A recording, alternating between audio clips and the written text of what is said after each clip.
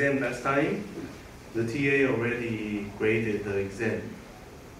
It was lower than my expectation. So if you have questions about what we have done about the beam problem, you have to let me know. Okay? Because later on we will have many design problems that is related to a beam or a shaft. So you need this knowledge for later analysis. Yeah? Can we see our exam papers? Yeah, you will. Yeah, yeah. I will. Yeah. So it's, yeah, you can.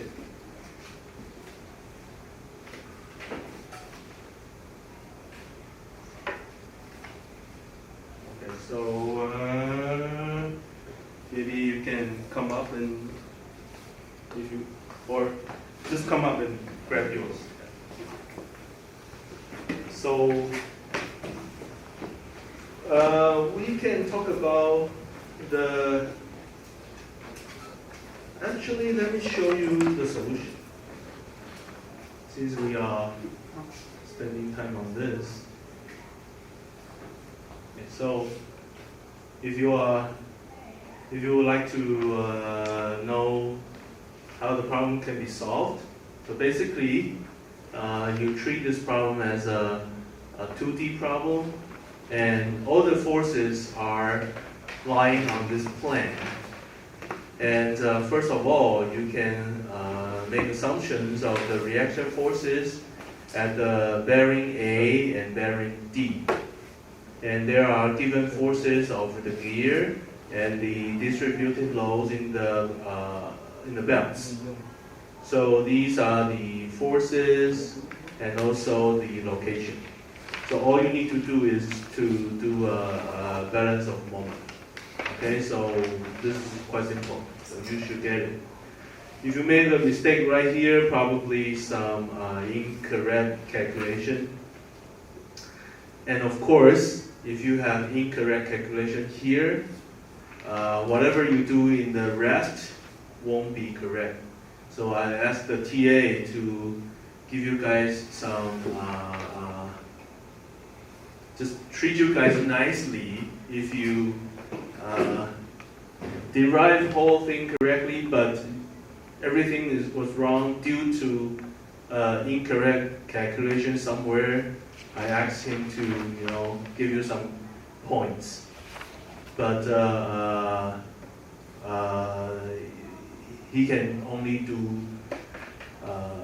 certain level of bonus to your score. Okay. Anyway, continue. Once you have the reaction forces, then you can draw the shear force diagram. At the first point, you have a negative value, so it goes down. RA right here, negative, so it goes down. And then walk toward right. When you see the gear force, you go up. And then you walk toward right. When you see the distributed load, positive value means going up. So every millimeter you walk right, you have an increment of the shear force. Okay, so it's a linear slope right here until you reach toward the very right of the distributed load. Then you have the horizontal line up to the edge of the shaft. And right here, RD is negative, so go down. Okay, so for convenience, you can try to write down the linear equations for all four parts, like what I did right here. The only part you need to do some math is the slope area, the third region. So you can, the slope is 20 because you have distributed load 20. Sum of W1 and W2 equals to 20. So the slope is 20. For every Z increment, you have increment of 20 Newton. But you don't know the constant, so you can give a unknown C1, and then just plug in any position you know to determine the value, like what I did here. So the yellow box represents the answer. I also did some checking. I plug in 190 and also 120 to double check if I get all the numbers matching, and like here, this is not necessary, but this is just for me to make sure nothing is wrong. So during the exam, if you do that, then you can check, oh, everything is right.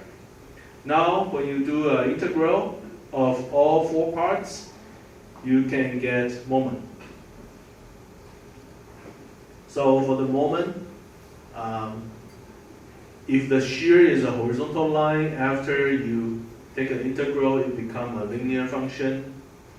And the first one, of course, when you stay at position 0, there is no moment. Okay, so you don't need this constant. You already know if you plug in 0, then the constant is 0. So the first part is done easily. Second part, using this shear, taking the integral. So you will have a C2 right here, and later on you need to do some math to compute the constant. The third part, originally in the shear, is linear, so when you do the integral, for moment it becomes a second order equation. And for the last part, it was a constant in V, so after taking integral, it becomes a linear function. So you will have C2, C3, and C4 to be determined. And if you make a, go to the next image. Okay. So if you make a drawing, the moment looks like this. So all you need to do is to plug in numbers to figure out the constant value. So I did those. If you want, you can check. Once you're done, you should be able to compute C2, C3, and C4. Even this one, this is for checking. I plug in both this point and also this point, just to make sure everything is connected properly. So you can just follow what I did. Okay, once you have compute everything, you realize, okay, there is a worst moment position. So basically the minimum value in this second order function. So in order to find that extreme point, you can take first order derivative, make it equals to 0, then you can find out where that position is. So right at this position, you have the largest bending moment, so the worst bending condition. So so this is the position, and what's the moment right there? So all you need to do is to plug in the second order function that you have derived right here, this one. Just plug in, okay?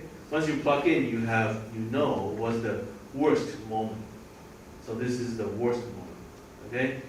And for later analysis, we need to compute the torque, so we can have a load diagram like this, okay? When I prepared this exam, I noticed that the torque is quite small compared to the normal stress. So this is if this is the derivation if we consider torque, basically shearing stress.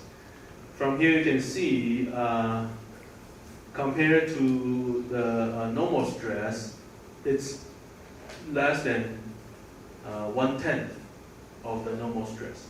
That's why in the exam I said just assume the twisting, the torque, twisting torque is 0. So if you do that, in the force diagram, it's just like a tensile test, only normal stress. Okay, so if you have a drawing like a tensile test, then your Mohr circle is going to pass through the origin. Okay, and the answer, if you compute the problem like what I did right here, considering the shearing stress, you will have tau max equals to 27.43. But if you ignore the twisting, which means this circle is tangent to the origin, then the tau max is just half of your normal stress. So in your exam, the answer will be 27.34.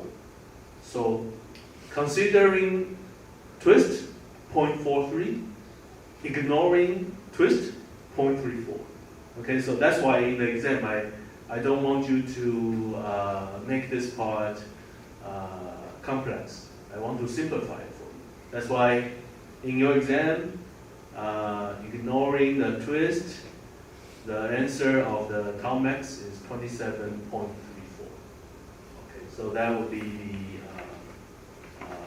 this exam.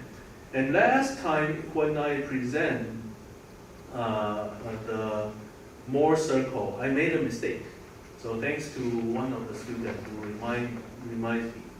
So I have been talking about the orientation of tau incorrectly for past few years. So thanks to the student who reminds me. I think in the this part, this should be clockwise. Okay, so that was my mistake. So, but usually when we compute the maximum shear stress, the drawing we make is symmetric about the horizontal axis. So the answer the answer will be the same. Okay, but to be accurate, we should correct this to clockwise. Okay, that was my fault. Okay, any questions about the exam? Okay, yeah, I think you have learned this already, but probably 2 years ago. So you are a little, well, not maybe forgetting something or for some reason the average of the class was 4 point. What's the average? 4, 5? Did you average? Oh, 5 point something. Okay, so before I asked the TA to give you some extra points, the average was 3 point something. So after a nicer touch, so now the average is 5 point something. So I kind of hope you guys can get an average higher than 70. But anyway, it's only the first exam. I think actually the first exam I feel like is the most difficult because the calculation process takes some time. But later on, when we, like today, we're going to talk about failure model. The derivation is complex, but later on when we do some homework or do some exam, you can directly use what I introduced today. You don't really need to do a lot of derivation. So I think for the next exam, you should be able to do a good job. Okay, now if you have no questions, let me work on today's lecture.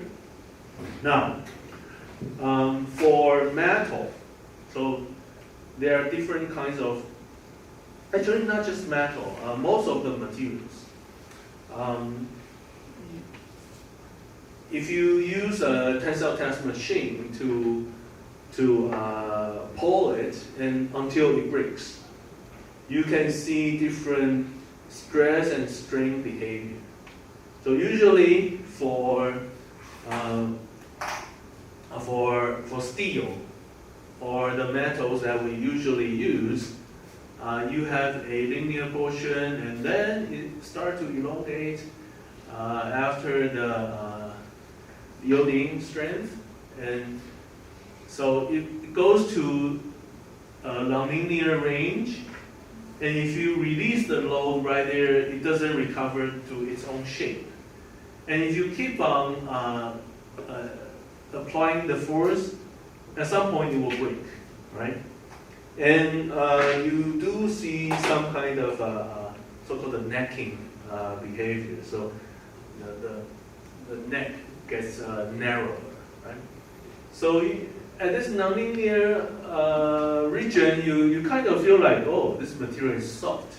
It looks like it's soft. Because the material itself can no longer take the external forces and it starts to break. Right? And for those materials, usually we treat it differently compared to other kinds of materials. Okay, so there's another kind of material where you usually don't see this kind of behavior, and it probably just break like this, or sometimes you may have material it breaks like this. Okay, so or even just linearly. So I'm not an expert in material, but those materials are considered as brittle materials, like glasses. For glasses, you don't really have a region for nonlinear deformation. It just breaks. So the stress strain material, the stress strain behavior just goes up to a certain point. It just breaks. You don't really see glasses having a necking behavior, but at different temperature probably. So because the material behavior is different, so when we do mechanical design, we need to specifically consider certain kind of equation for different kinds of materials. So here is a overall like a map for the proper models and at different kinds of conditions. So over here, this is a guideline from the textbook.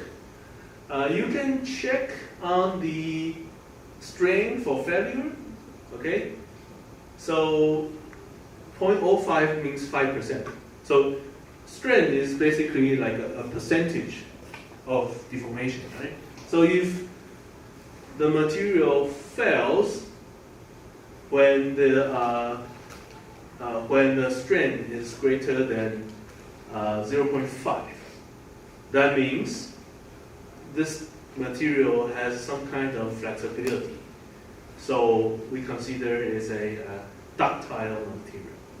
Okay, so in the nonlinear region, you kind of feel like it's a rubber-like behavior, right?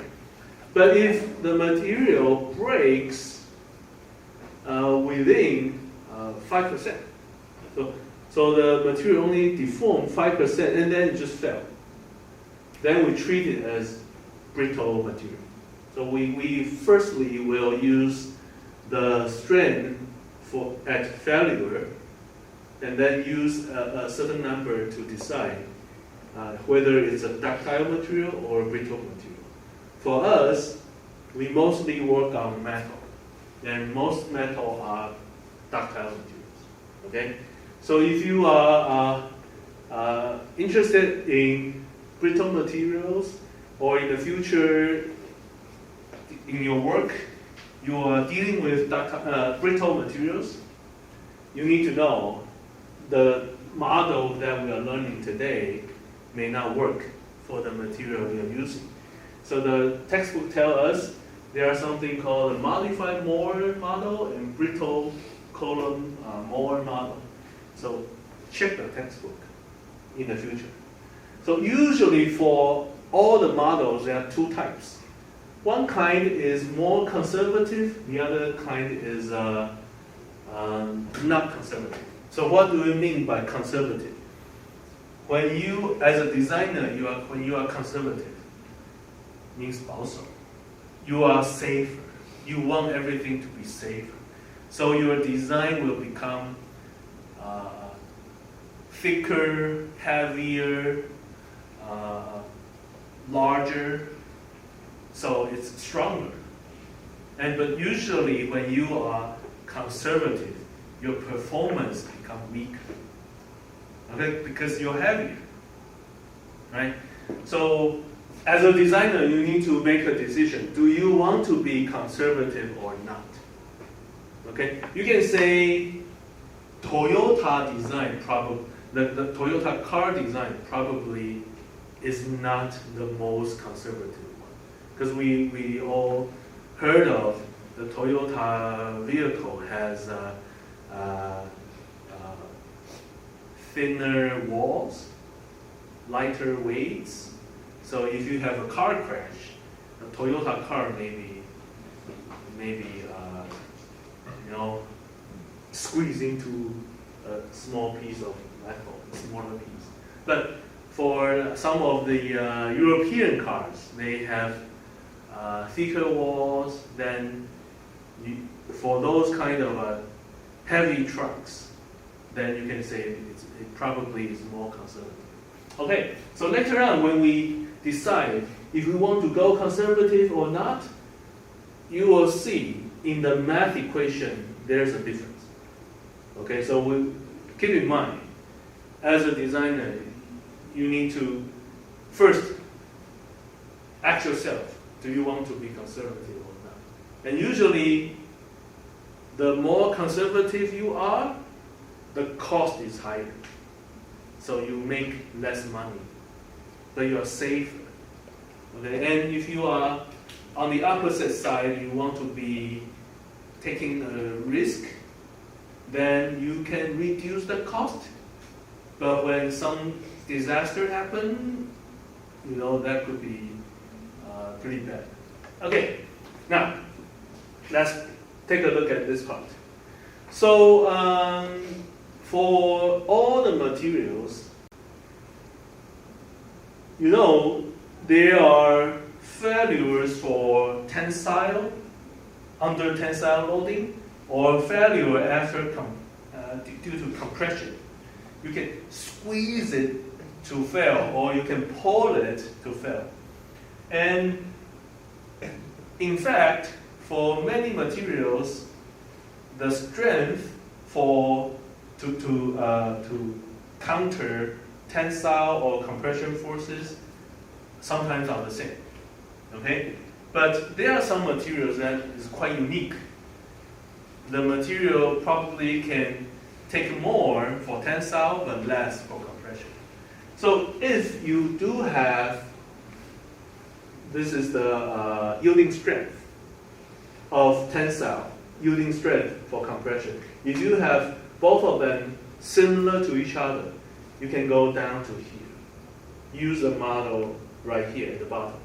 But if you find some other materials which has different level of yielding strength in tensile and compression, then you need to go for this unique model, the ductile Coulomb Moore. Okay, but in our textbook, we are mostly dealing with the bottom condition. So we assume the yielding strength for tensile and compression are the same. Okay? Why do we need this? Because later on, we will have a model like this. We will have a model like this. Okay, and here is like a stress in the first direction. This is like a stress in the second direction. So when you have positive stress, that means tensile. Negative stress, you have compression. And you can see in the model that we are deriving, it's symmetric along certain coordinates, and there are some critical values right here. Okay? So these ranges are actually your yielding strength. So from here, you can already see this region and this region seems like quite important. So later on, we want to design inside this range. So it's a safe design. If it's outside, that means if you have a design outside, that means the loading is larger than your strength. If it is on the border, that means your loading is the same as your strength. If it's inside, then you're safe.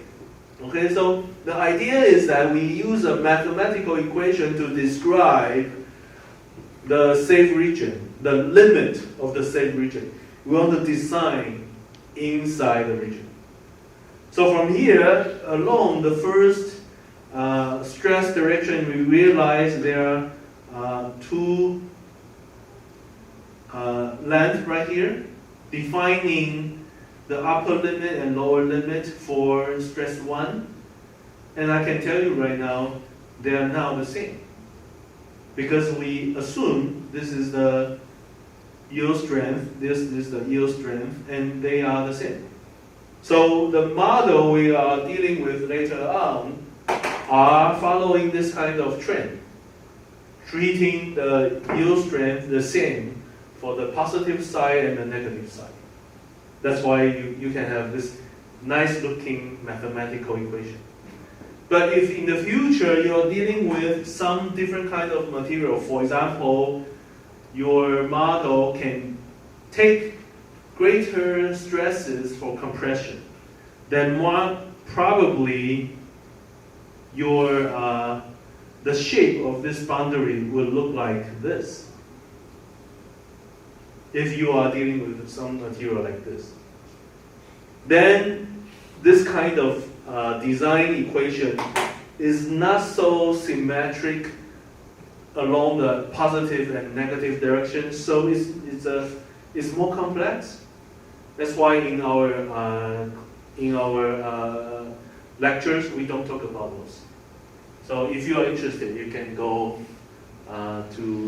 if you are interested in some materials with different yield strength in tensile and compression.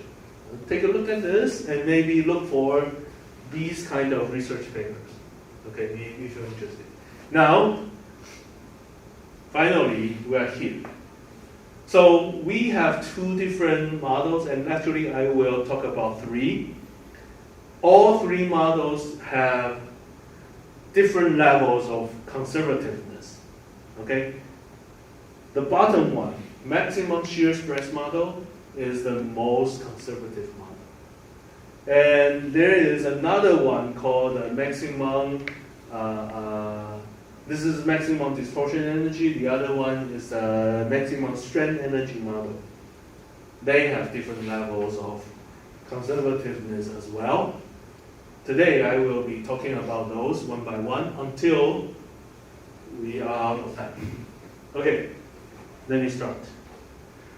So the idea of maximum shear stress model came from here. Last time when I talked about Mohr circle, I told you this diagram, this drawing, this Mohr circle for the tensile test is quite important for later derivation. This drawing will be used for multiple times, starting from now.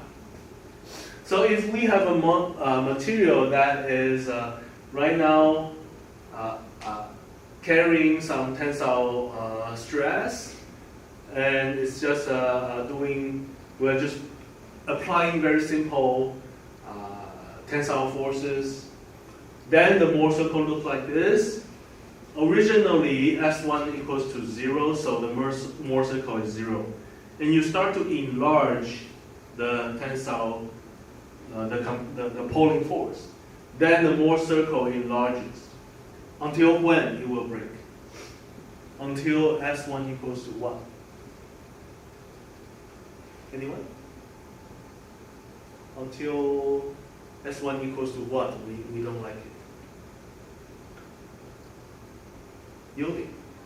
We don't want yielding, right? So when as the material is about to yield, I told you many times, we don't want to design anything that yields, right? 降伏 yields. Yields means it starts to deform nonlinearly and doesn't recover to its own shape anymore. This is the yielding point. We don't like it. Okay? We even want to stay away from it. Okay?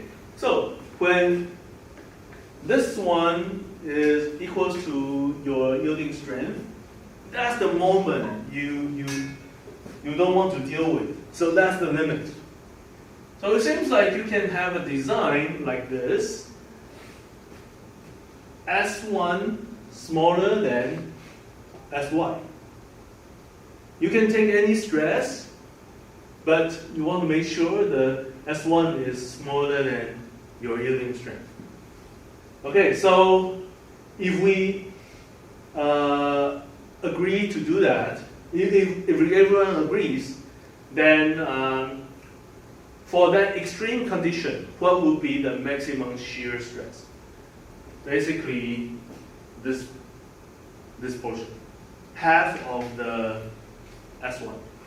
So the maximum shear stress will be half of S1, and of course the limit will be half of your yield strength. So we have a first design equation.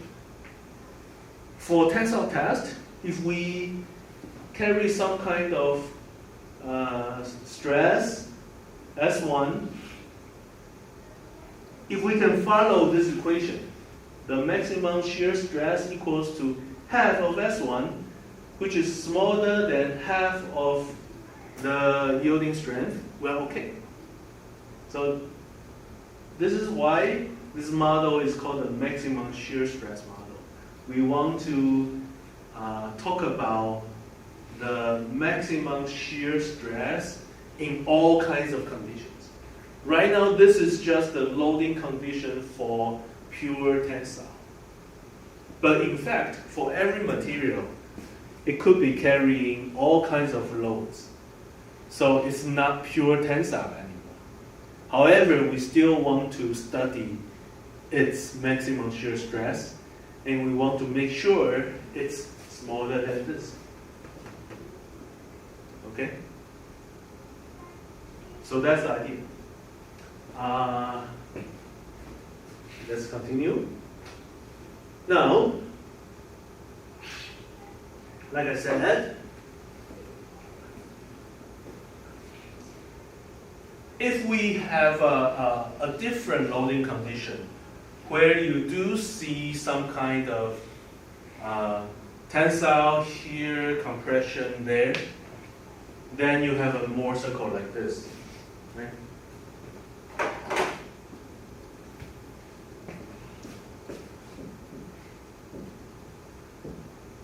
If this is S1 and this is S2. And this is a condition where you not only carries tensile stresses in one direction, 90 degree against it, you have another normal stress, S2. So that would be the Mohr circle, right? In this particular case, what would be the maximum shear stress? So from here, you can easily compute the radius of the circle equals to this value minus this value. Then you have basically the diameter divided by 2. Then you have the radius. The radius is your maximum shear stress, and again, still you want this to be smaller than half of your yield strength, based on the idea that we had earlier. So we always want to check the maximum shear stress. We want to make sure it is smaller than half of the yield strength. Then we should be fine. Okay? So this is the second kind of equation. We will be talking about those for many different kinds of load conditions, and then we're going to put them together and take a look. This is let me see.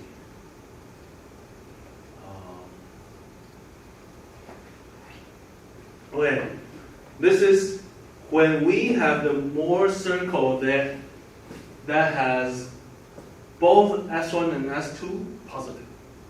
So this condition actually is this.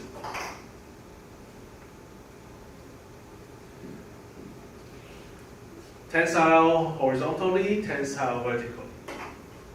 And we are dealing with plane stress or plane strain problems. So planar problems, which means S3 equals to 0. Okay? But when S3 equals to 0, doesn't mean S3 doesn't exist. It exists, but it's 0. Okay? So when we are talking about the true Moore circle, the loading conditions, in fact, there is a blue Moore circle here and a purple Moore circle there. They are just two Moore circles we don't usually talk about. But over here we need to. Because in fact, in this particular material, when you have S1 and S2 on the 1-2 plane, the maximum shear doesn't happen on the 1-2 plane. The maximum shear happens on the 1-3 plane, on the purple circle. So this is the maximum shear. Okay? So when you truly compute the maximum shear, you need to study the problem in this way. In fact, the maximum shear is S1 minus S3 divided by 2, even though S3 equals to 0. Okay? So when we do this, at the end, because S3 equals to 0, at the end, we still get the same equation, S1 smaller than sigma y. It's basically the same as the equation we derived earlier, but you need to know this is for this particular load condition. And later on, when we are trying to draw a diagram for safe design, we will be drawing this 2D configuration based on two coordinates. First one, I'm going to call this SA, and this one is going to be SB. So it's like we are dealing with planar problems, and on this plan, we will define any coordinate system that lies on this plan. One is called as A coordinate, the other one is called B coordinate. The A and B can be along any coordinate on the plan. Okay? But how about the drawing right here? The drawing right here is the principal stresses, S1 and S2. They are specific coordinates where we decide to observe the material so that along that coordinate, we don't see shear stresses. So if I make that drawing on the board, it's like this is the material that we are talking about. This is the plan we are investigating. So over here, this is where if we observe this material in this orientation, now we can see normal stress S1 along horizontally, normal stress S2 vertically, and when we try to draw a general case for our design, we don't really need to focus on S1 or S2. We actually can study along any coordinate. So when we make drawing of SA and SB, SA and SB can be anywhere. But then, of course, they are perpendicular to each other. So this one can be SA, this one can be SB. Or this one can be SA, or this one can SB. Okay, so that's why there could be two possible situations. When we are making this diagram, there are two possible situations. One is when S1 is equals to SA, then S2 equals to SB.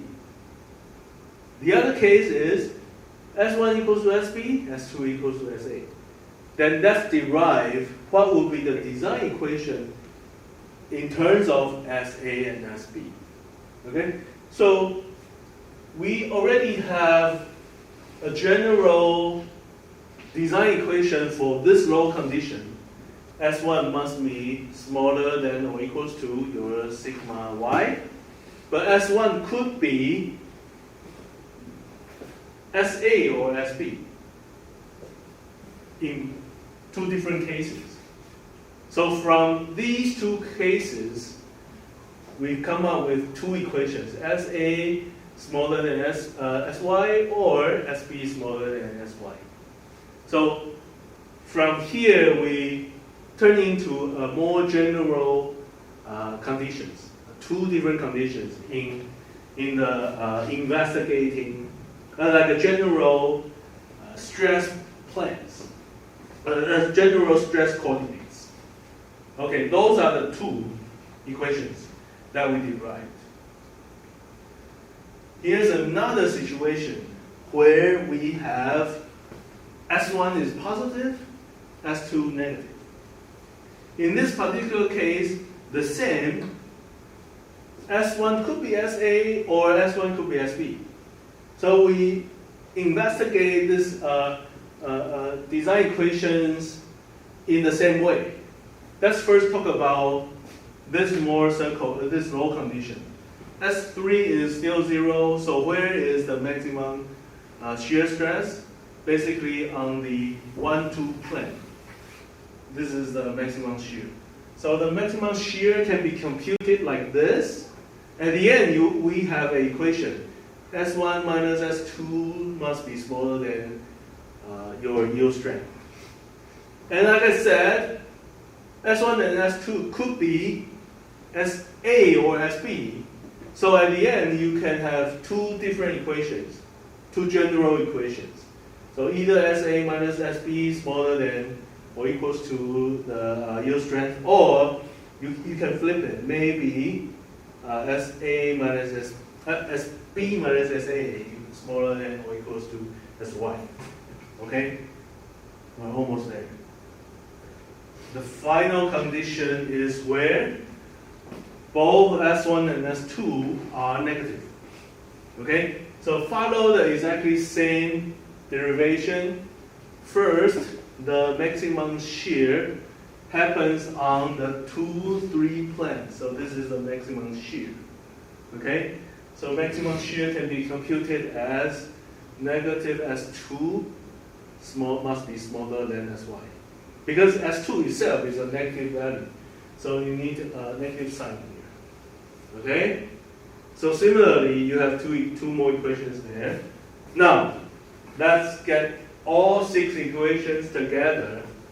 You end up with a drawing like what I have given you right there. So they are basically 6 different design boundaries. They are inequality equations. They set up a wall. Your design must be within one side of the wall. That's why we use this hash right here. Just say, okay, no design outside of this wall. Stay inside. Okay? First 2 equations basically are these 2 lines, and these 2 equations are basically these 2 lines, the tilted lines, and the other 2 equations are these 2. If you try to make a drawing. So from here you can already see this is a drawing that is kind of symmetric along this coordinate, right? So what does it mean? For every material, for the ductile material, if you choose a direction and apply normal stress to it, and perpendicular to the first stress, you will apply another normal stress. So you're pulling the material on two different directions. That means you are on the first quadrant, because you are both positive in one of the stress direction and positive in the second stress direction. So you are somewhere here. So if you are, based on the maximum shear stress model, if you are applying tensile stress along both perpendicular directions, you are here as long as that design point is not out of the range, then you're fine. Or you can compress the material on both sides. Then you have negative shear along A coordinate and a negative negative stress along A, negative stress along B. So you are negative. But you are still as long as you're within the range, this material won't fail. It won't reach yield. So the tricky part is if you apply pulling tensile in one direction, but compression on the other direction, then your design region becomes smaller. You could be studying right here, or you could be studying right here. So your design range gets smaller. Okay, so this diagram helps you to realize whether your design is out of the allowable range. But if you follow all 6 design equations, you still have a risk. Because sometimes your design reaches to the boundary. That means right at that particular moment, your material is about to yield. That's why we want to apply safety factor. This is what will happen if you apply safety factor to all of the equations, to the right-hand side of all of the equations. You can see at the bottom of the right-hand side, we apply a safety factor n. N must be larger than or equals to 1. If n equals to 1 is the same, your design boundary is still lying on the yield region. But if you apply a safety number that is larger than 1, your safe design region starts to shrink. So you only allow your design to be within the safe region and start to get away from the yielding. The dashed line is where you have yielding. So if you only allow design slightly inside the safe region, then you will never reach to yielding, right? So whenever you are applying safety factor, actually you're doing something like this. Okay? So in today's first model, this is a maximum shear stress model. And this is the maximum shear stress model with safety factor. Okay? But there are some engineers believes this model can be relaxed a little bit. So our next model would be this example. I want to show you what does the next model look like. Then we can talk about example. So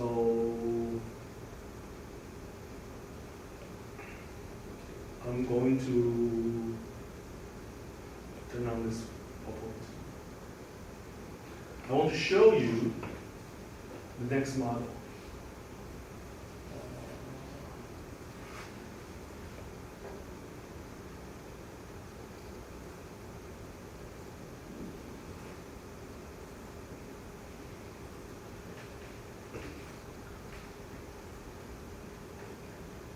this is what I talk about, the maximum shear stress model. But later on, we, by different theory, we can actually have a model like this. From here you can see it's wider than maximum shear stress model. Okay, it's actually an elliptical boundary. So it allows some extra space right here. That's where you have your, you can enhance the performance. But when your design goes up to here, it becomes more risky. Okay? So the next model that I want to talk about is this one. This is called the maximum strain energy model. And there's a third model I would like to show you. I want to show you the three different models, then we can talk about them little by little.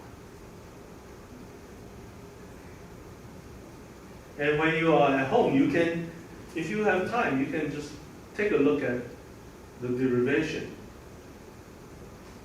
So the dashed line is maximum shear, the most conservative one because the safe region is the smallest. And the elliptical is the maximum strain energy. And there's another model called the maximum distortion energy model.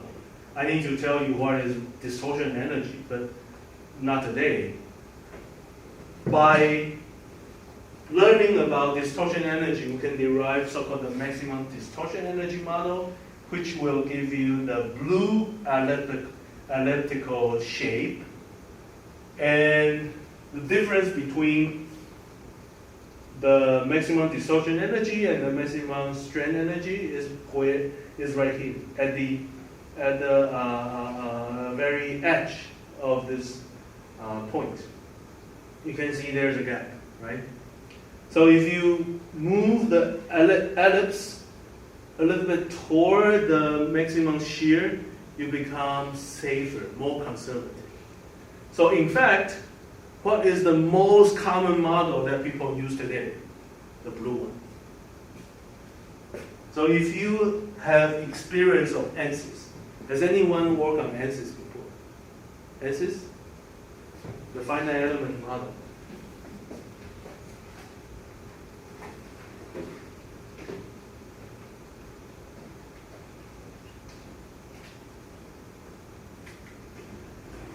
Has anyone created something like this?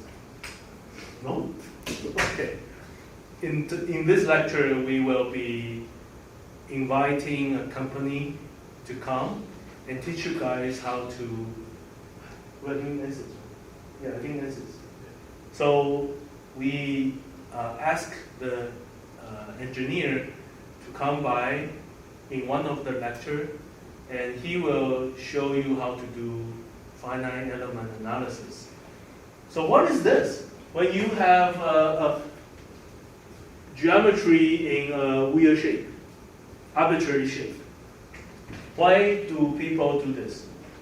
Because geometry in this shape probably cannot be analyzed by the equation that we talk about in the classroom. Because every time we introduce an equation, it's based on very simple shape, like a shaft. Shaft is like a cylinder. Or in the future, you can study a plate, a sphere, a box. But no one will teach general equations for gears. No one will. Because maybe the mathematical equation is so complex, you don't even know how to derive the general equation. So we rely on software when we are designing geometries, and we want to know the stress distribution inside the geometry under certain law conditions, based on certain decisions of the material properties, right? So for mechanical design, the most important thing includes what's the geometry of your part, what's the material you choose, defining how strong it is, what's the load condition. I think that's basically affects everything. The shape, the material itself, and the load.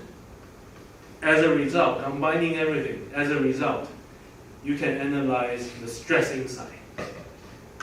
And if the stress is over the limit, it will break. The idea is just that simple. But how do you evaluate the stress? So, when you use a software, there's a very common way to analyze the stress. It's so-called the von Mises stress.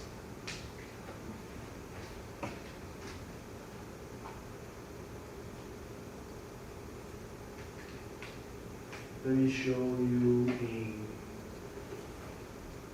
maybe this is this is a YouTube.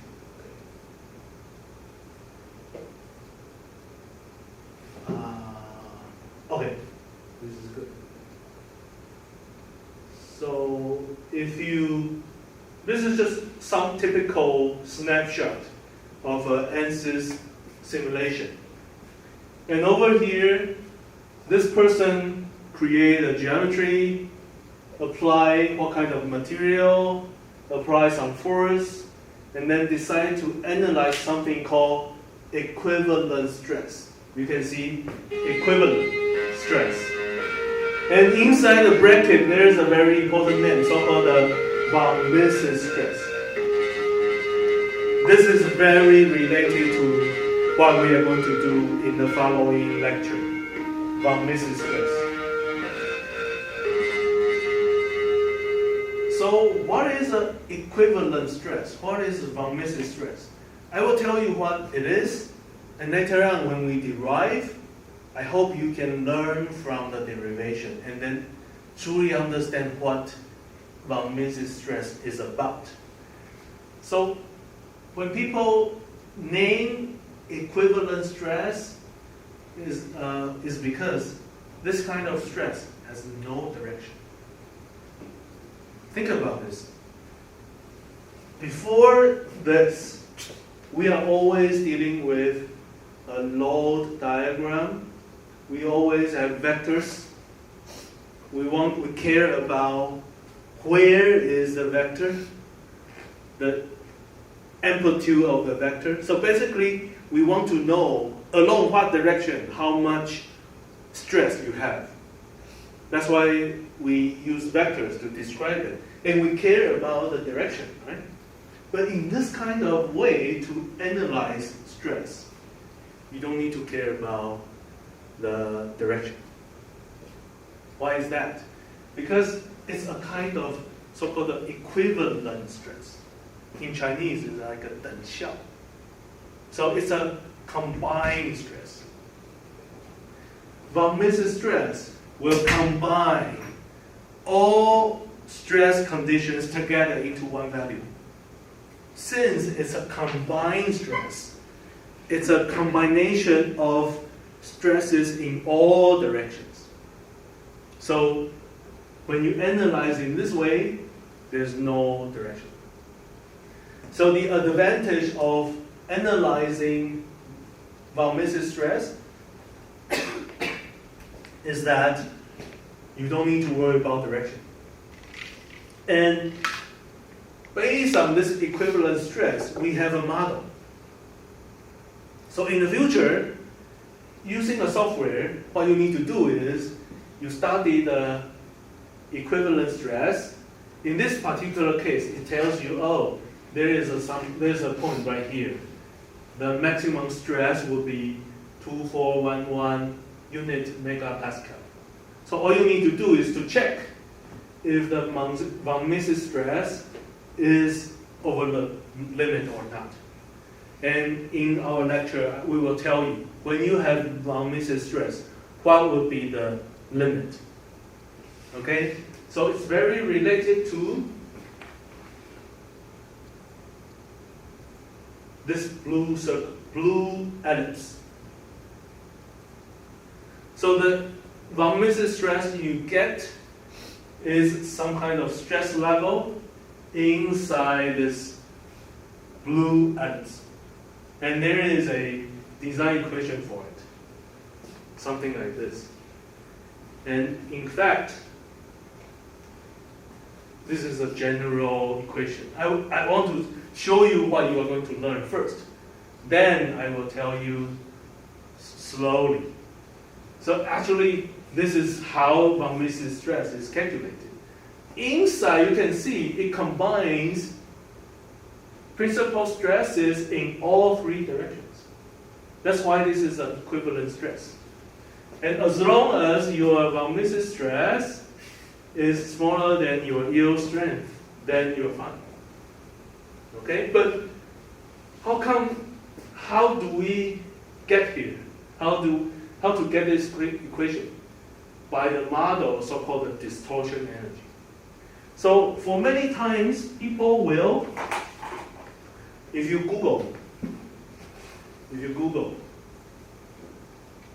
von Mises and dE. If you Google von Mises and dE, they are very related. Let me see.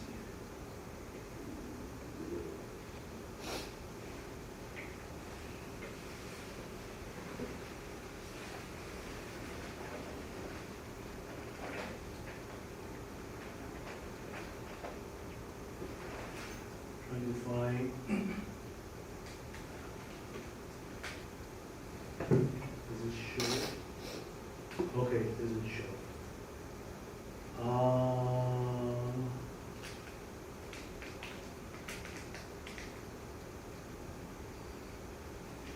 Okay, anyway, I saw someone will, I cannot recall where, but this von Mises and dE are often mentioned together.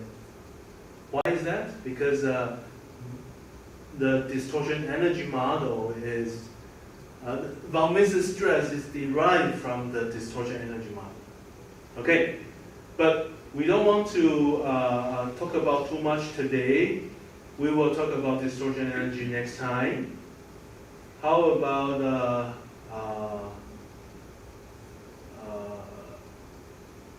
maximum, this one, strain energy model, this one. Let me see if we have enough time.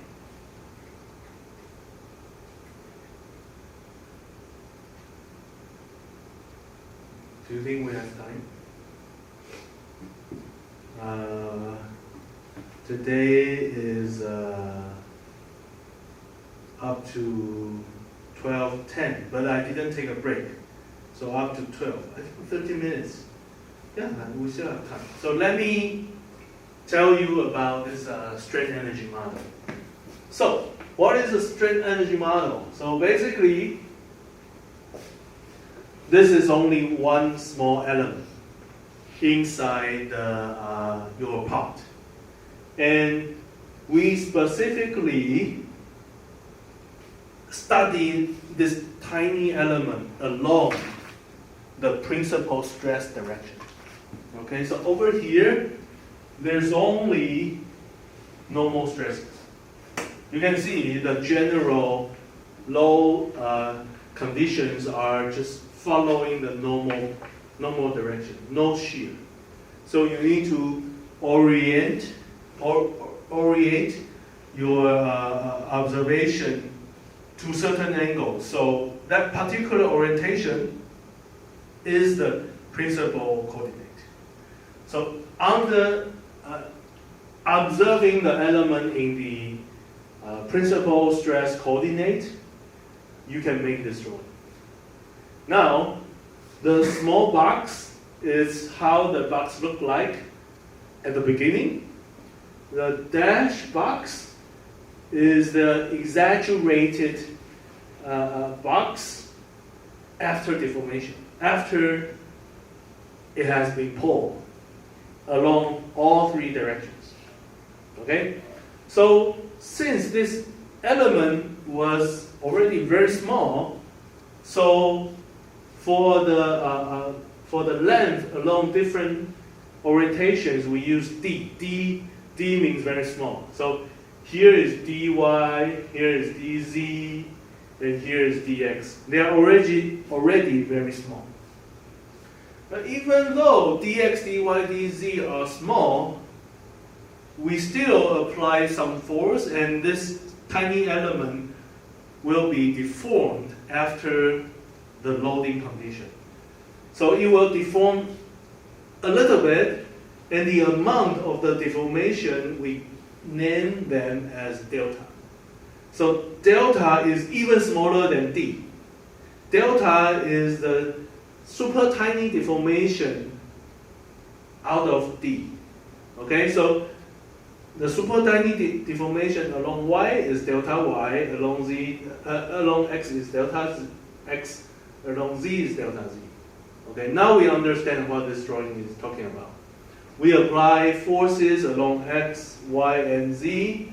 Originally, the length of this element on each direction is dx, dy, and dz.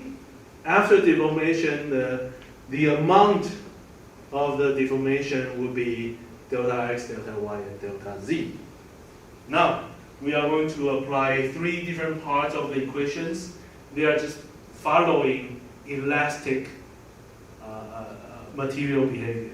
So it's elastic mechanics. Okay. So by definition, the stresses along x, y, and z would be the forces along x, y, and z divided by the area, by its original area. Do you care if you need to use the area after deformation? You don't need to, because compared to dx and dy, they are super small. So it doesn't change the value too much, because if you increase by delta and increase by delta, two super tiny values multiplying with each other, they can be dissolved. So Sx, Sy, and Sz, they are principal stresses, because we already assume we are observing this material along the principal stress coordinate. So when you compute the stresses, they are basically principal stresses. So that's why we use capital S. Now, by definition, the strains along all three directions equals to the amount of deformation over its original length. That's why we have delta x over dx, delta y over dy, delta z over dz. That's just by deformation. Okay? So these two are by deformation. Now we apply Hooke's law. Remember, Hooke's law is valid for elastic mechanics. If you are already dealing with nonlinear loading condition or nonlinear material, Hooke's law doesn't apply. But right here we are dealing with general material conditions, elastic mechanics. Hooke's law is valid. So what is Hooke's law? Hooke's law describes the stress and strain relationship, including the directions that is perpendicular to the load. So if there's only one, like a tensile test, if there's only load along one direction, then the Hooke's law is like this, just describing the linear relationship between the stress and the strain. But when you are dealing with a 3D case for a material, if you are pulling vertically and also pulling horizontally, then for the Hooke's law, you need to make some modification right here with Poisson's ratio. So Poisson ratio describes how much deformation you have horizontally when you're pulling vertically, right? So if you have positive force along z, and you have positive force along x and y, the deformation along z originally will be enlarged because you have deformation, you have force along z, if this is z. But since you have forces along horizontal direction as well, so the horizontal forces will make the z direction shrink a little bit. That's why they are negative here. And how much it will shrink will be described by Poisson's ratio. Right? This is the, if you forget about Hooke's law, this is the general equation for Hooke's law. Okay, so if you now remember them, the next thing we need to talk about is strain energy. So since we are dealing with elastic material, basically it's like a spring. And we know spring forces is like this. This is F, this is del X, right? This is like the force is normal to, is a perpendicular, no, is a linearly proportional to delta X, right? F equals to Kx, right? So if you want to compute how much work is done, basically strain energy. Strain energy means you pull a spring and the material will store some energy inside. So we assume the work done by your force is 100% being stored inside the material. That's why it's like a stored energy, right? So we don't talk about energy loss here. So in order to compute how much work done, you basically compute the integral underneath the force distance equation. So that's why the strain energy is half of the 1/2 of the Fx, right? So here we have half of the Fx. Or you can, of course, half of the Kx squared. This is what you have for this integral. If you take an integral, you have this, right? So, just to remind you, I think obviously you know about this, but just to remind you, strain energy is like how much work done by the force and completely stored inside the material. Strain energy is like the energy being stored. And there will be strain energy along all three directions. So all you need to do is to sum them up. Half of the applied force times the deformation along each direction. So Fx del x, Fy del y, Fz del z. Okay? So this is basically the strain energy, the total strain energy. And now we can start to plug in numbers. First, we realize Fx equals to Sx dy dz.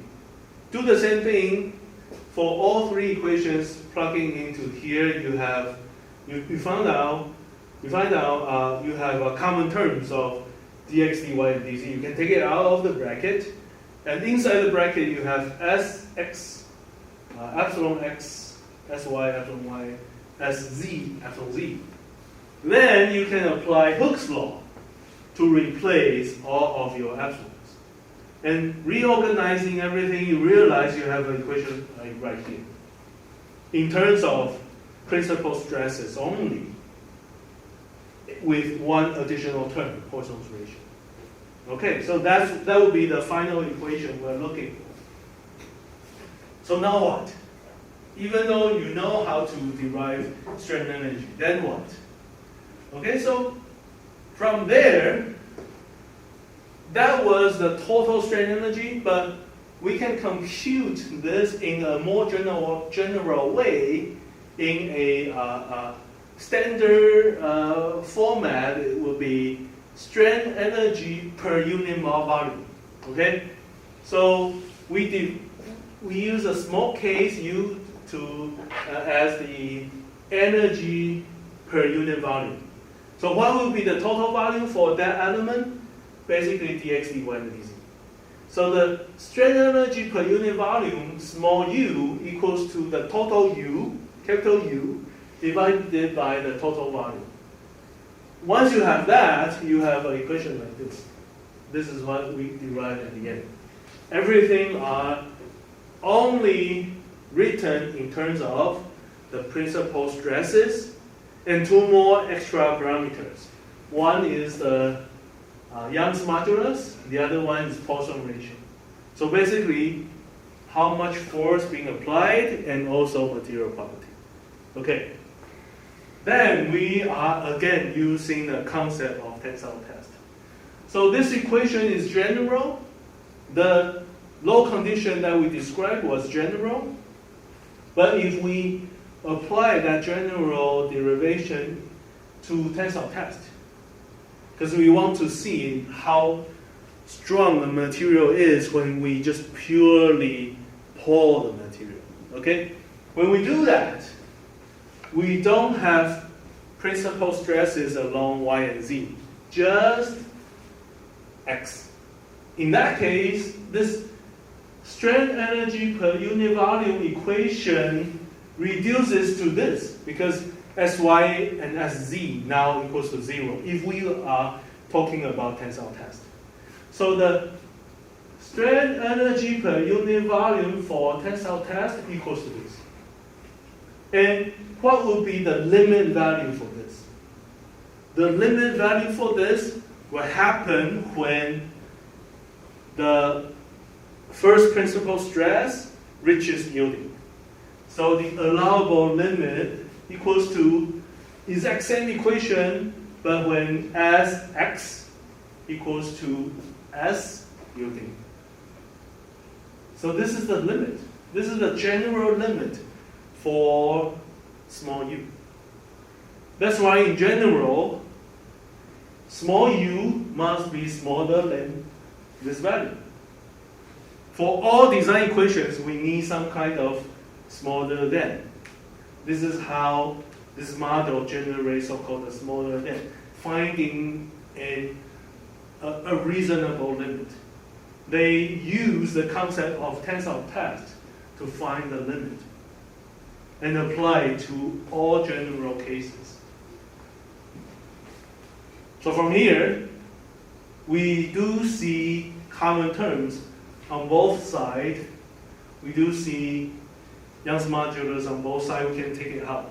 At the end, the design equation has nothing to do with Young's modulus. As long as your stress is smaller than a certain level, you're fine. No matter what's your Young's modulus. So it's interesting, right? But this equation is quite complex.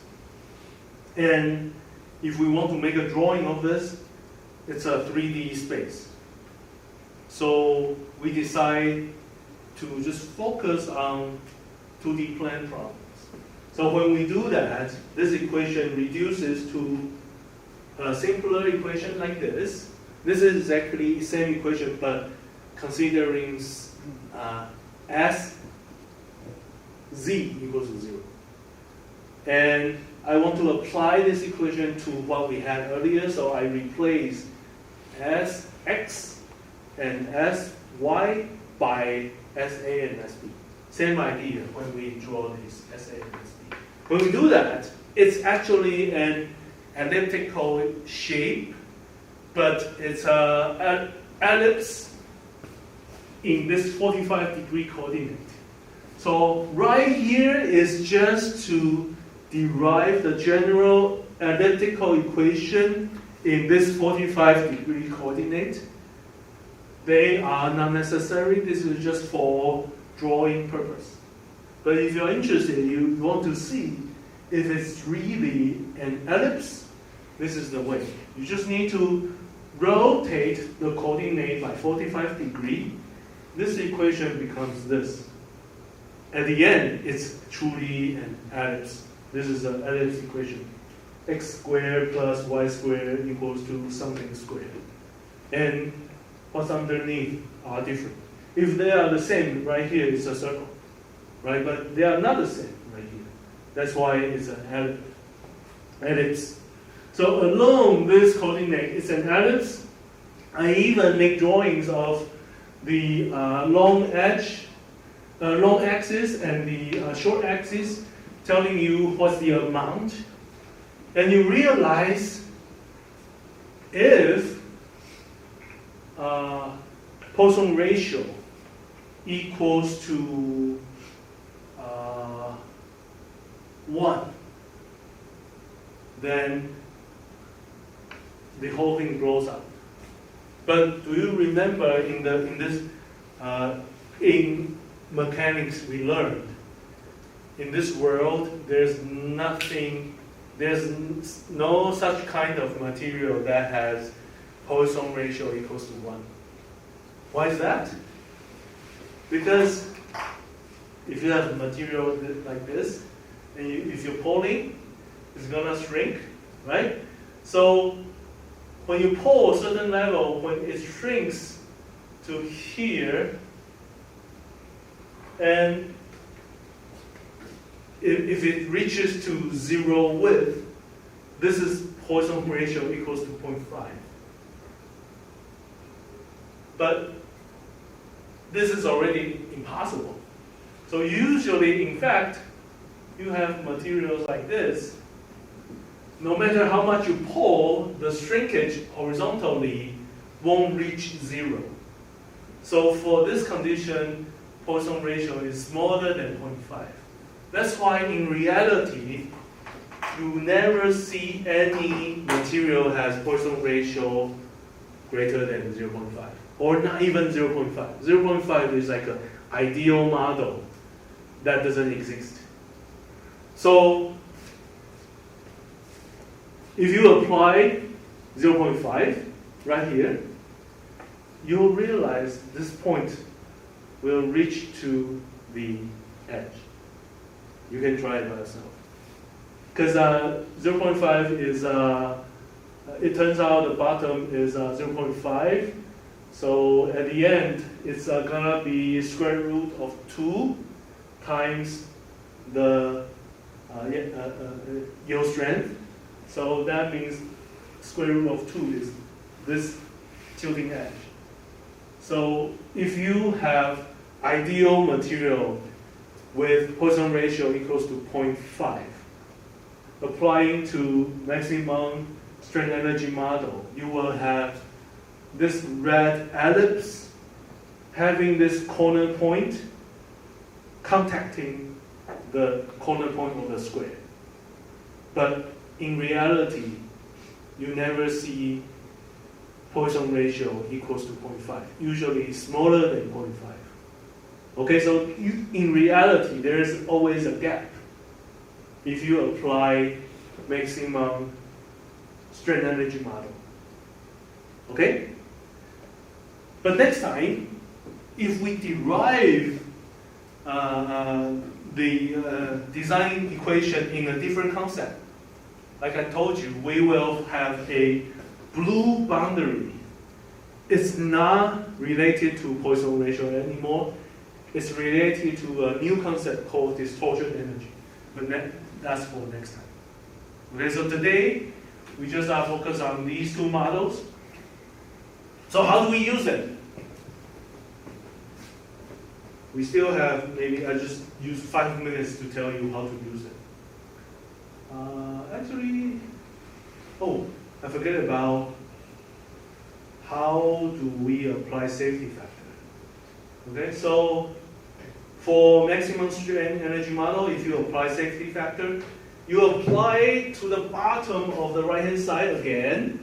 That means you want smaller atoms. Okay, smaller atoms. So your safe design region becomes smaller, and you don't want to reach to the border. Because when you reach to the border, basically, theoretically, that's where your material is about to yield. You don't want yielding. So safety factor allows you to design within the safe region and keep a safe distance away from yielding. Okay? So now, how to use it? This is a problem that I might give you in the exam, something like this. I will give you a low diagram right here. Just change the numbers. Ask you to draw the Mohr circle. Again, my drawings are wrong. This should be clockwise. But it doesn't matter. The result is the same. So if you draw a Mohr circle at the end, you should be able to compute maximum shear stress, first principal stress, second principal stress. Okay? And if we consider the yield strength and Poisson ratio of this material, what we can do next is to apply maximum shear stress model and also maximum strain energy model.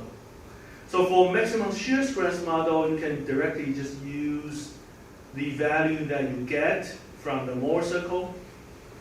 Okay? Because when we derive the straight equations, do you remember how did we get it? It's basically from Mohr circle. So for in the future, when you apply maximum shear stress model, just draw the Mohr circle and compute the maximum value.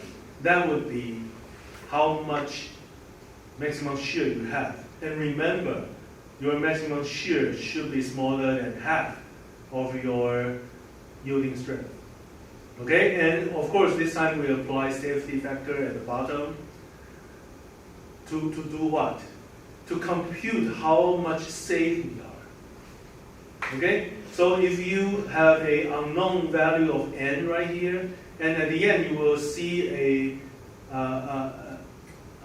resulting value of your safety factor. That means based on this material, under this low condition, with this design model, I have a safety level as large as 1.18.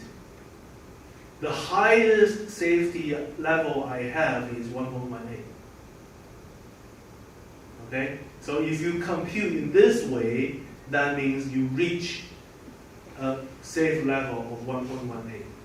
Now what does that mean? That means you are 1.18 level away from yielding. So it's like you have your safe region, right? This is your safe region. This is where you have safety level equals to 1. And you have a smaller safe range, safety level equals to 1.18. So your design is somewhere on top of this border. This is what this result tells you, something like this. Okay? So, how about maximum strain energy model? So maximum strain energy model asks you to apply your first and second principal stresses and also the Poisson's ratio, and use the equation I tell you. At the end, you found the safety level is 1.44. How comes that? So that means for the maximum strain energy model, you have a wider boundary. This is where it's going to yield. So this is the n equals to 1. And that means your design right now is like here. Your design right now is on a smaller border, and the safety level is 1.44. Same design, but on the viewpoint of maximum strain energy model, your design is safer. How come is that? Because maximum shear stress model is the most conservative. This one is the most dangerous one. In the most dangerous viewpoint, it tells you, oh, you are safe. It gives you a evaluation with higher safety. So does that mean you are really safe? That really depends on which model you use. If you see greater safety in a less conservative model, then you need to think about it. Okay, do I really have this safety? Because in a more conservative model, I may have a lower safety level. So what's next would be the designer's final decision. Is this safe enough? Maybe the company will make a decision. Okay, but for you guys, as a mechanical design engineer, you just perform proper analysis and then provide different results based on different models, and tell your supervisor, okay, if you are conservative, right now we are 1.18 safety. But if you are not that conservative, you want to make money, we are now 1.44 safety. That's the idea. Okay, so can this be used to solve problems in a different way? Yes. So there could be problems like this. Think about this. You will have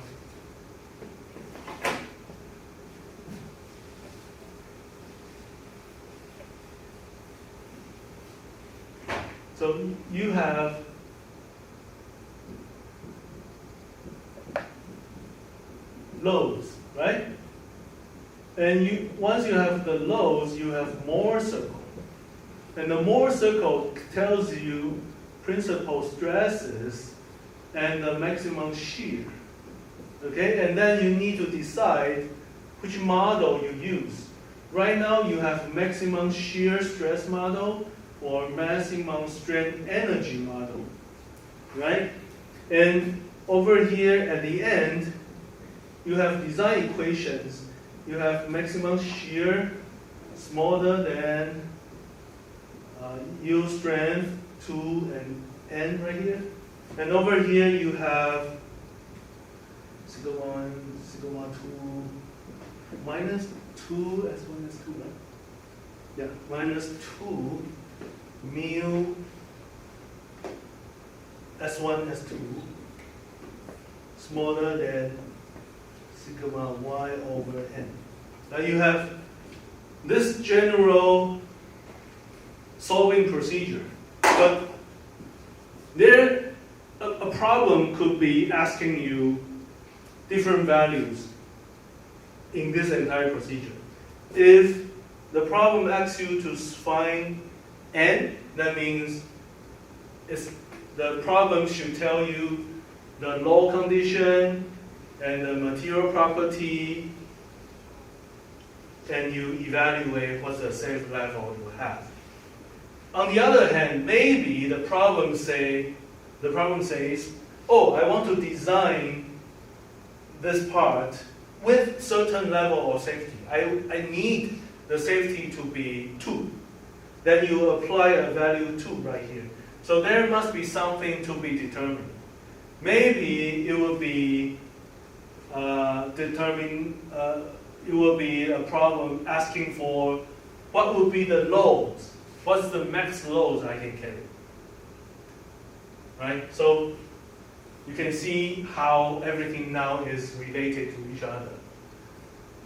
And later on, actually, we may be talking about shift problems. And remember, for shift problems, sigma equals to 32m over pi d cubed, tau equals to 16 torque over pi d cubed, right? So remember, all the low conditions right here, sigma and tau, they are related to something that in the real situation. So right here, this is external forces, right? This is dimensions. So in fact, for this whole roadmap, you can see how everything is related. You have dimension. So basically for shaft, D, right? You have forces. So basically moment and torque. You have safety factor. Safety factor. N, right? You may have material property. If you are using the maximum strain energy model, you have mu. Over here, do you need, very important factor you need. Sigma y, the upper limit. So usually when we are doing mechanical design, at this point, we don't really care about the Young's modulus anymore. We care about yield strength. See, in all these equations, we don't see Young's modulus anymore. As long as the stress is less than the limit, we're okay. Okay, so I think this is enough for today. Is this new for you? Should be new, right? You have never learned this before, right? So please go back, review the PowerPoint, review the lecture videos if you need to listen to some part of my lecture. The TA will upload the video. So this is important because this is the first lecture that is purely from this course. So please go back and review everything. We don't have a homework today, but I will give you a homework tomorrow. And the homework will be related to your exam. Please practice. Okay, see you tomorrow.